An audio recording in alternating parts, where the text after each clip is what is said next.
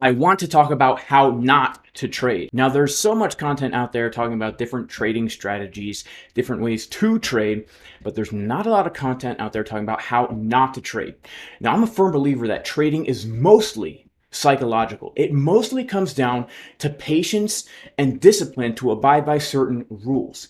And so if you're new to this, or even if you've been doing this for a while, the things I'm going to lay out in this video of what not to do are going to set you up to do the right things from the get-go. If you can avoid these mistakes, you are going to be better off than 95% of all traders that ever come into these markets. So make sure to like the video, subscribe to the channel, and click that bell for notifications, because we are bringing you the juiciest trading strategy videos here on YouTube. The first thing that loses people more money than probably anything else is chasing the price. What do I mean by that?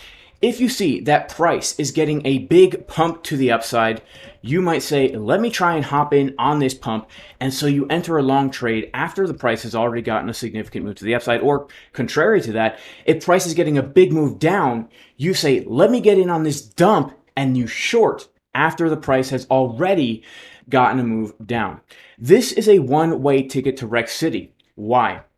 Because if you are entering a trade after the move has already occurred, for example, after you see this massive blue candle right here, you might be tempted to take a long, but look at what happens after we print that candle. You would have been in the red.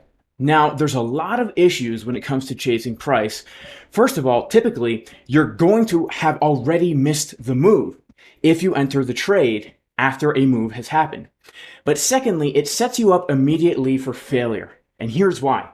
Trading is all about probabilities and risk management. You should only be entering a trade if you have clearly calculated the amount of risk that you're going to be taking on that trade and the amount of reward that you are also going to be taking on that trade.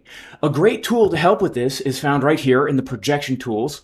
I'm going to go ahead and use a long trade as an example, but basically you need to know in advance where your stop loss and your take profit is going to be. You need to know before you enter the trade, I'm going to risk 1% of my account for a potential 2.5% gain on my account. Why? Because now you know you could take 2 losses in a row, and on that third trade, if it's a win, you've now broken even, probably even in a small profit. If you're chasing price, let's say you're longing here, where's your stop loss going to be? Is it going to be way down here? Are you really going to risk 2% of your account on a trade that you haven't really planned for and you're just chasing price? Also, where's your take profit going to be? You don't know these things in advance. And so this is a recipe for massive losses, because most people, when they're chasing price, they don't even use a stop. They say, I'm just going to watch the price and close out if it goes too far against me. And because they haven't predetermined in their head what too far against them is, they will let that small loss turn into a bigger loss, into a bigger loss, into a bigger loss. And then they're in my live stream saying, hey, Jay, I longed the top. Should I close it? And that's a question we cannot answer. Because if you are asking the question, should I close it? That means you are not trading. You are, by definition, gambling. Because you entered into that trade with no plan, which means you didn't know the probabilities, you didn't know the risk, and you didn't know the reward. And so you are just basing everything right now on hope that something good will happen for you. So instead of chasing the price, what you need to do is have a plan in advance, right? Have a plan in advance. This is the way I like to trade. For example, we shorted the S&P 500 last week in the Casper Crew VIP Discord. We had a specific plan that if the price came up to 45.60 and we got these specific bearish divergences on our indicator, we would take the short. Now, guess what happened? We came up to that exact level with the indications that we wanted to see on the chart, the bearish divergences, which we see right here. And look at this. Because we had that plan in advance, we were able to capitalize on this move. And this trade actually is still open. So instead of chasing the price, we had a plan. We're going to be risking 0.39% for a potential gain of about 2.8%. Of course, take profit 1 has been hit. Now, the second thing that wrecks more traders than 95% of other mistakes is risking too much capital and or not using the correct position size for your trades. What do I mean by that? For me, I'm a huge proponent of not risking more than 1 to absolute max 3% of your total trading stack per trade. But people oftentimes will risk 10, 15, 20% of their entire stack on one trade. Why is this a horrible idea? If, let's say, you take a big loss and you lose 25% of your account, let's say you had $100, you lose 25%, you're down to $75.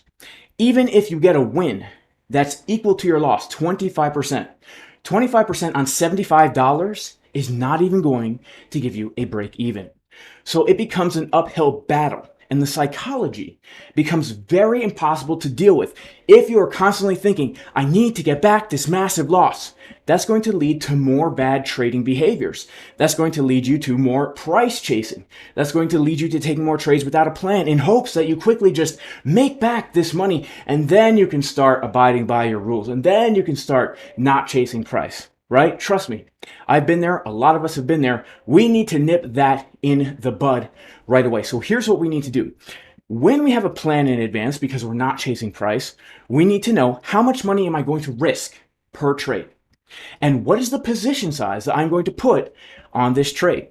So for that, we need to have something like, for example, let's just say we were looking to take a short from this level right here, which we were looking to short, by the way, in the Casper Crew VIP Discord, and it hit to the dang dollar. Shout out to the Casper Crew. By the way, guys, if you're looking for a community, check out the Casper Crew.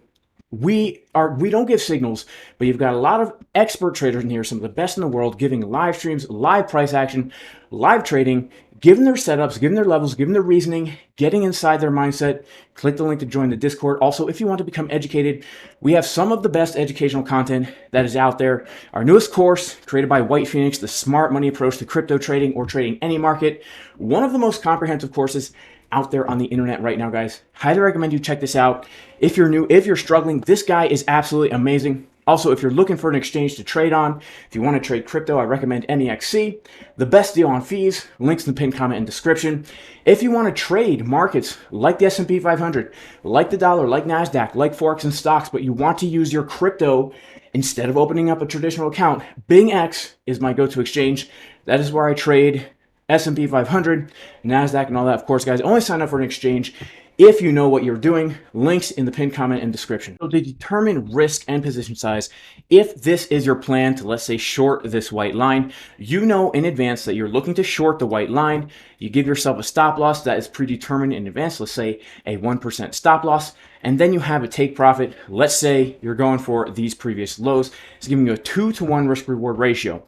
Now, if you have a 1% stop loss, and you have $100 in your account, this means you put $100 on that trade. If you only need a 0.5% stop loss and you have $100 in your account, this means now you can use leverage and put $200 on that trade. And if price goes against you 0.5% with a $200 position, you're still only losing 1%, which is $1. Now, this is very, very important. And basically, the smaller your stop loss, the more you can put on your trade. But you have to remember, a stop loss is not meant to be tight for the sake of being tight or small for the sake of being small.